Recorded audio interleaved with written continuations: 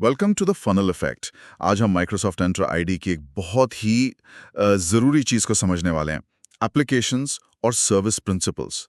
अक्सर जब कोई ऐप बनाते हैं जो एज्योर या माइक्रोसॉफ्ट 365 से बात करती है, तो ये सवाल आता है कि भाई ये अपनी पहचान कैसे साबित करती है, परमिशंस कैसे मिलती हैं इसे। हाँ, बिल्कुल।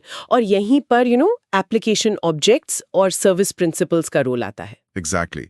हमारे पास माइक्रोसॉफ्ट लर्न का एक लेख है जो इसे काफ़ी डिटेल में समझाता है। बिल्कुल।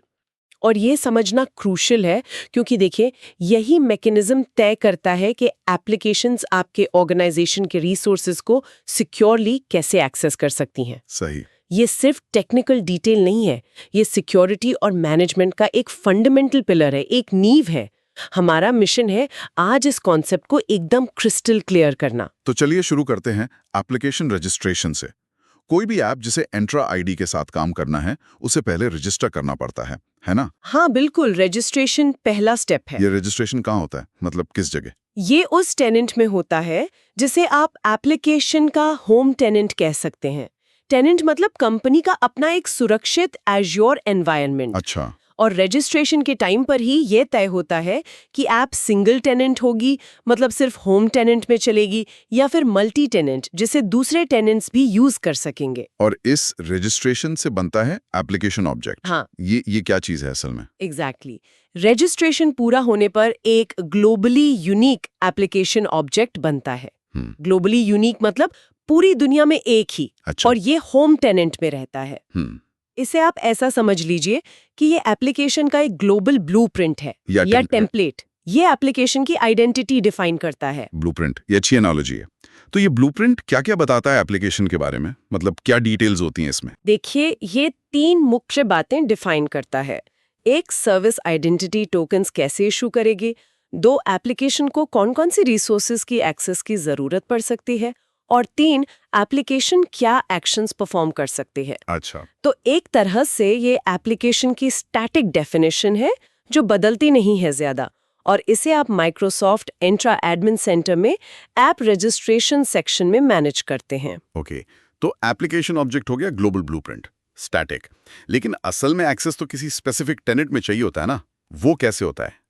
क्या यहीं पर सर्विस प्रिंसिपल का रोल आता है? सही पकड़ा, बिल्कुल। सर्विस प्रिंसिपल वो चीज है जो एप्लीकेशन को किसी पर्टिकुलर टेनेंट में रिप्रेजेंट करती है। अच्छा। हाँ, ये उस ग्लोबल एप्लीकेशन ऑब्जेक्ट का एक लोकल इंस्टेंस है या कह लीजिए रिप्रेजेंटेशन है। देखिए, किसी भी चीज को, चाहे वो यूजर हो या एप्लीकेशन, अगर उसे एंट्रा आईडी प्रोटेक्टेड रिसोर्सेज एक्सेस करने हैं तो उसे एक सिक्योरिटी प्रिंसिपल चाहिए होता है। राइट। एप्लीकेशन के केस में वो सिक्योरिटी प्रिंसिपल ही सर्विस प्रिंसिपल है। और यही चीज एक्सेस पॉलिसीज और एक्चुअल परमिशंस डिफाइन करती है उस टेनेंट के अंदर। अच्छा, मतलब ब्लूप्रिंट एक पर उसकी लोकल कॉपीज परमिशंस के साथ अलग-अलग टेनेंट्स में? हाँ। क्या ये सर्विस प्रिंसिपल्स भी अलग-अलग तरह के होते हैं? हाँ, होते हैं। मुख्यतः 3 तरह के होते हैं। पहला है एप्लीकेशन टाइप। ये सबसे कॉमन है। जब आप ऐप रजिस्टर करते हैं या कोई यूजर किसी मल्टी टेनेंट ऐप को कंसेंट देता है, इजाजत देता है, तो उस टेनेंट में इस टाइप का सर्विस प्रिंसिपल बन जाता है। ये ग्लोबल एप्लीकेशन ऑब्जेक्ट का लोकल इंस्टेंस होता है। ठीक है। दूसरा है मैनेज्ड आइडेंटिटी। ये आजकल बहुत पॉपुलर हो रहा है। अच्छा। ये एज्योर रिसोर्सेज को, जैसे VMs या ऐप सर्विसेज को एक आइडेंटिटी देता है। अच्छा। हाँ, ताकि वो दूसरे एज्योर सर्विसेज को सिक्योरली एक्सेस कर सकें बिना कोड में क्रेडेंशियल्स मैनेज किए। मतलब डेवलपर को सीक्रेट्स या कीज मैनेज करने का झंझट नहीं। अरे वाह, ये तो बहुत काम की चीज है। बिल्कुल। जब आप मैनेज्ड आइडेंटिटी इनेबल करते हैं तो ये सर्विस प्रिंसिपल बनता है, पर इसका कोई एसोसिएटेड एप्लीकेशन ऑब्जेक्ट नहीं होता। ये फर्क है। समझ गया। और तीसरा है लेगेसी। ये उन पुरानी एप्लीकेशंस के लिए है जो इस मॉडर्न रजिस्ट्रेशन सिस्टम से पहले बनी थी। इनका कोई लिंक्ड एप्लीकेशन ऑब्जेक्ट नहीं होता और ये सिर्फ उसी टेनेंट में काम कर सकती हैं जहां ये बनी थी। Got it. तो मैनेज्ड आइडेंटिटी वाला पॉइंट तो वाकई बहुत यूजफुल है। क्रेडेंशियल मैनेजमेंट सच में एक सिरदर्द हो सकता है। तो संक्षेप में, सर्विस प्रिंसिपल ही वो एंटिटी है जो तय करती है कि कोई ऐप एक स्पेसिफिक टेनेंट में क्या कर सकती है और किसे एक्सेस कर सकती है। और इन्हें हम एंटरप्राइज एप्लीकेशंस पेज पर देखते हैं, राइट? एकदम सही कहा आपने। एप्लीकेशन ऑब्जेक्ट की कॉन्फ़िगरेशन तो ऐप रजिस्ट्रेशंस में होती है, लेकिन किसी टेनेंट में उसके एक्सेस राइट्स जो सर्विस प्रिंसिपल्स के जरिए मिलते हैं वो एंटरप्राइज एप्लीकेशंस में दिखते हैं। और वहीं से मैनेज होते हैं। तो अब इन दोनों का रिश्ता थोड़ा और साफ हो रहा है।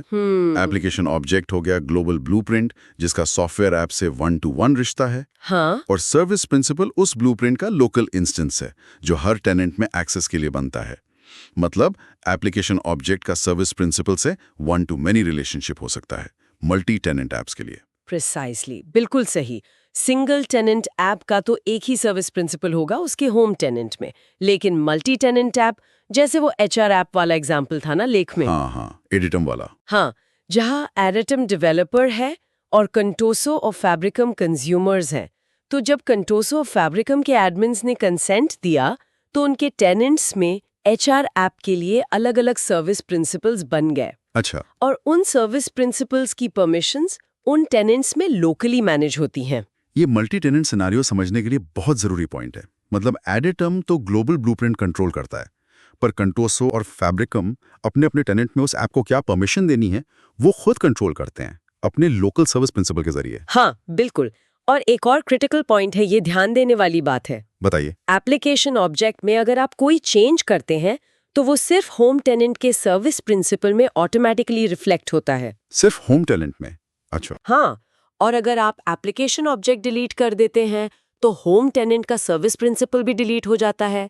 लेकिन, और ये इंपॉर्टेंट है, अगर आप एप्लीकेशन को रीस्टोर करते हैं तो सर्विस प्रिंसिपल ऑटोमेटिकली रीस्टोर नहीं होता।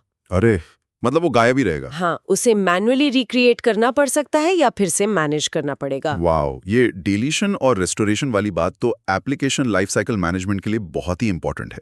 तो आज हमने ये समझा कि माइक्रोसॉफ्ट एंट्रा आईडी में एप्लीकेशन ऑब्जेक्ट एक ग्लोबल टेम्पलेट की तरह है और सर्विस प्रिंसिपल हर टेनेंट में उस एप्लीकेशन की लोकल आइडेंटिटी और एक्सेस गेटकीपर जैसा है। बिल्कुल, और ये डिस्टिंक्शन, ये फर्क समझना मल्टी टेनेंट एप्लीकेशंस को डिजाइन करने, डिप्लॉय करने और मैनेज करने के लिए फंडामेंटल है। सिक्योरिटी और गवर्नेंस के नजरिए से भी ये बहुत जरूरी है। और ये एक सोचने वाली बात भी छोड़ जाता है कि अगर रिस्टोर करने पर सर्विस प्रिंसिपल वापस नहीं आता तो डिजास्टर रिकवरी सिनेरियोज में परमिशंस और सिक्योरिटी पर इसका क्या इम्पैक्ट हो सकता है। मतलब एप्लीकेशन लाइफ साइकिल को मैनेज करते समय कितनी बारीकी और प्लानिंग की जरूरत है। Thank you for watching the funnel effect.